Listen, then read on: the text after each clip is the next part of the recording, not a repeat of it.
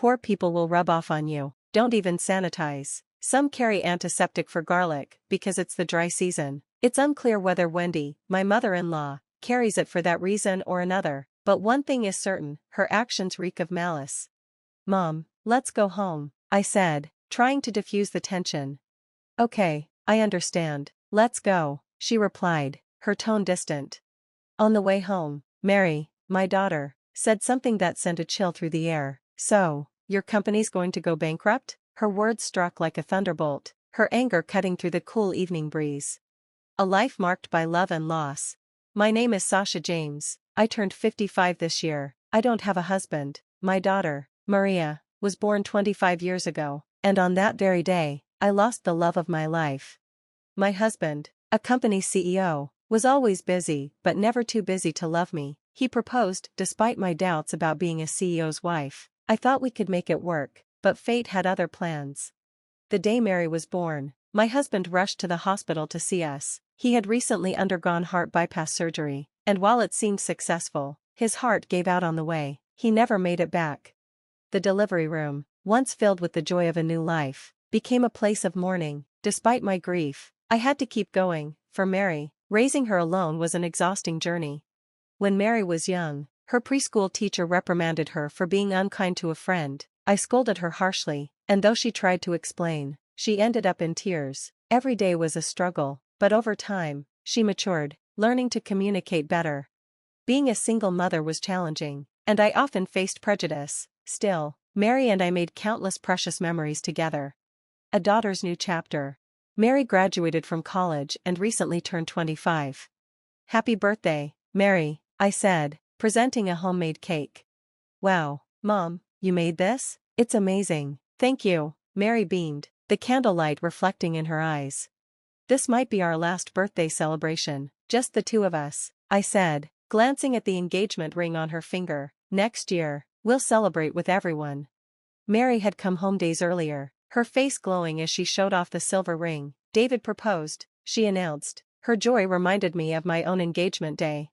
Mary and David had been together since high school, weathering nearly a decade of challenges to reach this point. Watching her smile, I couldn't help but feel bittersweet. It'll be lonely when she leaves, I muttered, staring at the flickering candle. Unexpectedly, tears welled up and rolled down my cheeks. Mom, thank you for everything, Mary said, her voice steady. Even after I get married, I'll always be your daughter. Welcoming David. David came to our home to formally ask for Mary's hand in marriage. Sasha, thank you for looking after us for 10 years, he said earnestly. I promise to make Mary happy. Please let me marry her. What should I do? I teased, breaking the tension. Mom, stop, Mary laughed, her cheeks turning pink. We all chuckled, and the sadness of Mary leaving began to lift. Seeing them together, I knew her happiness lay with David. David was already like family. We had taken trips together, and his respect for tradition felt almost unnecessary. Still, I admired his sincerity. David, I said, Mary has always struggled with expressing her emotions. Please be patient with her. When things are difficult, talk them through. But if she does something like cheating, I smirked. Bring her to me immediately. Laughter filled the room, echoing in my heart. Meeting Wendy. David's mother, Wendy, ran her own company, which caused repeated delays for the family meeting. Mom, it's just hard to find a time since she's a CEO, Mary explained. I understand, I said, though I couldn't shake my unease. After several cancellations, Wendy finally set a date, last Saturday of the month. Don't cancel again, Mary insisted, her tone sharper than usual. When the day of the meeting arrived, my uneasiness grew. I dressed in formal attire, anticipating that Wendy might criticize casual clothing. Mom, you don't have to dress so formally for this, Mary said, trying to reassure me. I just have a feeling Wendy would find fault if I didn't, I replied. We arrived at the restaurant early, waiting for David and Wendy. When they arrived, Wendy's presence immediately dominated the room. Her aura was polished, sharp, and intimidating. I'm Wendy, David's mother, she said curtly. Her movements were graceful, her tone commanding, and her gaze cut like a knife. Without waiting for pleasantries, she sighed and led the way inside. Sorry about my mom, David whispered apologetically. She's always been like this. Even I find her difficult. It's okay, David, I said, forcing a smile. She seems like someone from another world, almost like nobility. At the word nobility, David's expression clouded, but he said nothing. Mom's already inside. Let's go, Mary urged.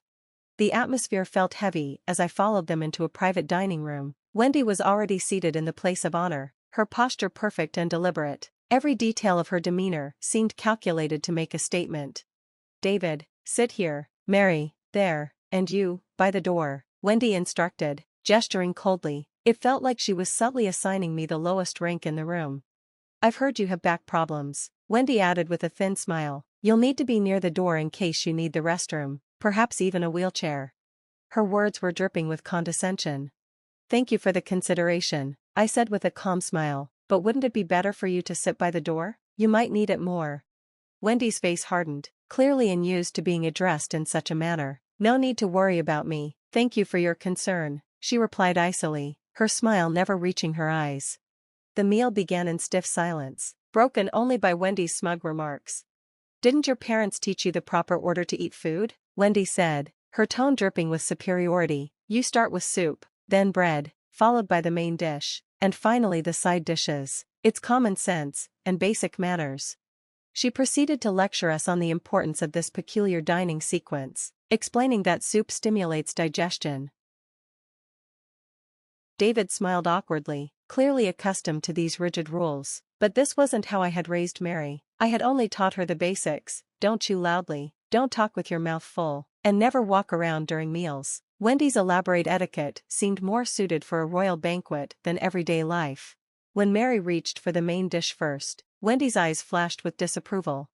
What Wendy is saying might be correct, I said, breaking the tense silence. But isn't the heart of manners about consideration for others? Criticizing someone's lack of manners is, in itself, poor manners. Wendy's face flushed with anger, her hands gripping the edge of the table. Talking to someone so uncultured is exhausting, she snapped. David, you should reconsider this marriage. Mary's mother is too crude for our family. Turning to Mary, she added, perhaps you should cut ties with this woman and learn proper manners if you want to be our daughter-in-law. David pleaded with her to stop, but she ignored him, her tirade building. Then, without warning, Wendy pulled a bottle from her bag and dumped its contents over my head. The stinging smell of alcohol filled the air. Poor people rub off on you, she said with a smirk. You need to be sanitized. Shock froze me in place as the liquid dripped from my hair. Mom, let's go, Mary said, her voice trembling with restrained anger.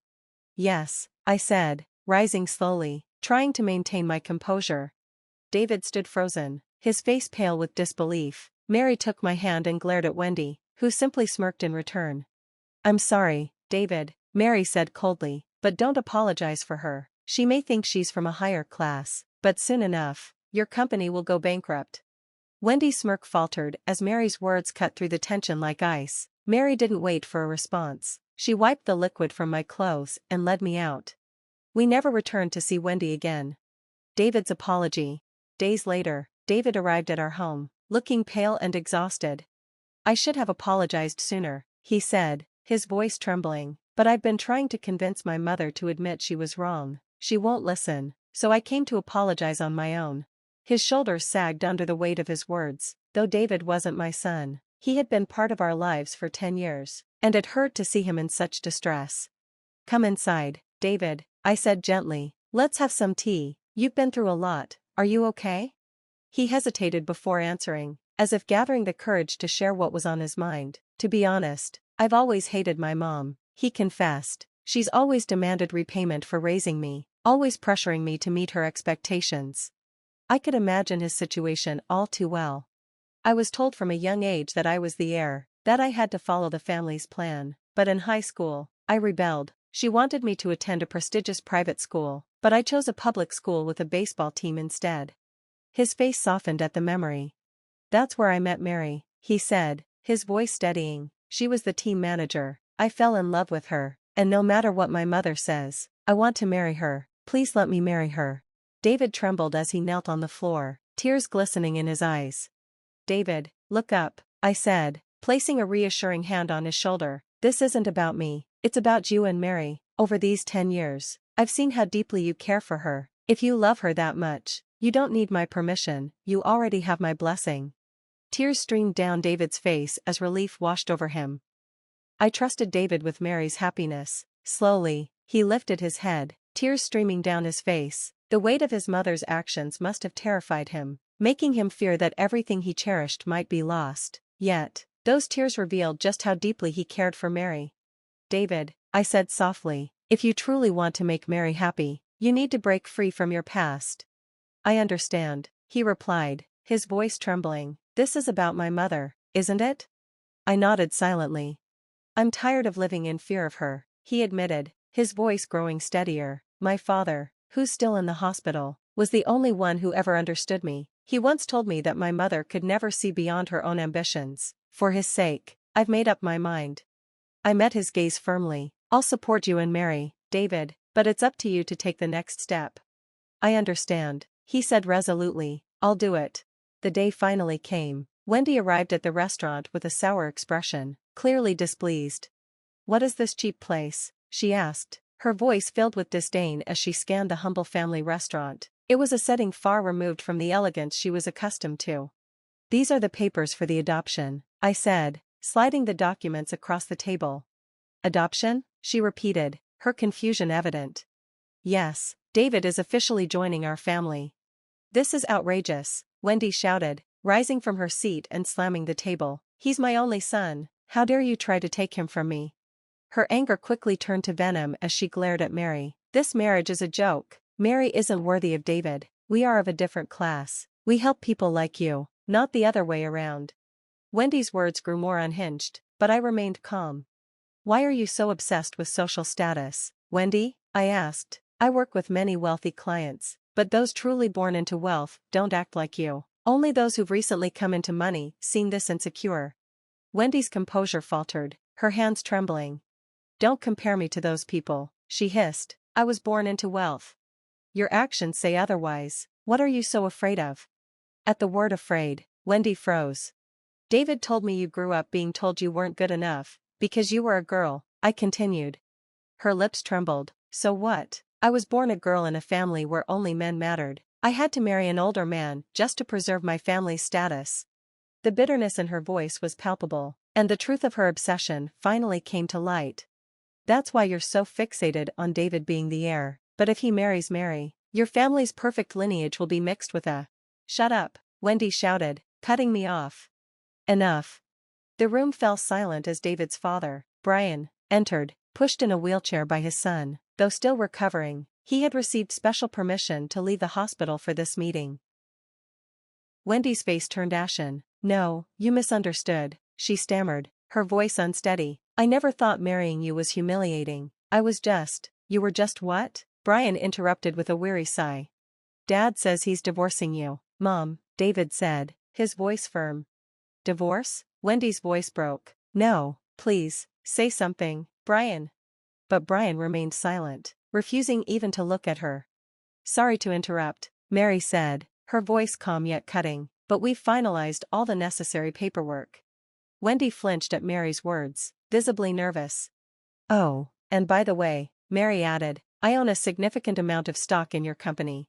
Wendy's eyes widened. What? That's impossible. Actually, it's true, Mary continued. I've held a substantial amount of shares in your company for quite some time. Realization dawned on Wendy's face as she pieced the truth together. Wait, were you that anonymous investor? That's right, Mary said with a small smile. But how? How could a poor family like yours invest that much? Wendy demanded, her voice rising with disbelief. I've been running my late husband's company ever since he passed away, I said calmly, and Mary has helped me manage it. We decided to sell all the shares we hold in your company. Wendy's face turned ghostly pale. No, please don't do that. If you sell now, the company will collapse under its debt. And after you're out of the picture, I'll buy back the shares, David interjected. You've been embezzling money from the company, haven't you, Mom? No, that's not true, Wendy protested, her voice shrill. I was just borrowing a little. I plan to pay it back. Even if you're the owner, you can't use company funds for personal reasons, David said coldly. You could face criminal charges. Wendy was at a loss, unable to defend herself. I've looked into everything, Mom. You've been dealing with shady loan sharks, haven't you? Tears streamed down Wendy's face. I didn't have a choice. I'll pay them back, just don't sell the shares. It's too late for that, David said firmly. From now on, you're no longer the head of the company. Please don't do this. I'll lose everything, Wendy pleaded desperately. David's face remained impassive. Mom, you've always seen me as a tool, not as your son. No, that's not true. I love you, David. If that's true, then tell me, what's my favorite food? Wendy fell silent, unable to answer. See, David said quietly, you don't even know. I'm just a tool to you. Now you'll have to fend for yourself. After David severed ties with her, Wendy's life spiraled out of control. Shunned by her family, she was left to face the consequences of her actions. David quickly removed her from her position as head of the company and appointed a new CEO. Wendy was sued for embezzlement and faced both criminal and civil charges. Desperate to escape her debts and legal troubles, she fled town, only to be arrested for theft. She was sentenced to prison, where she served her time alone. Not a single family member visited her. Meanwhile, David and Mary quietly began their new life together. They held a small, private wedding with close family in attendance. One day, Mary invited me to a baseball game, just like old times. On the way home, she handed me a black and white photograph.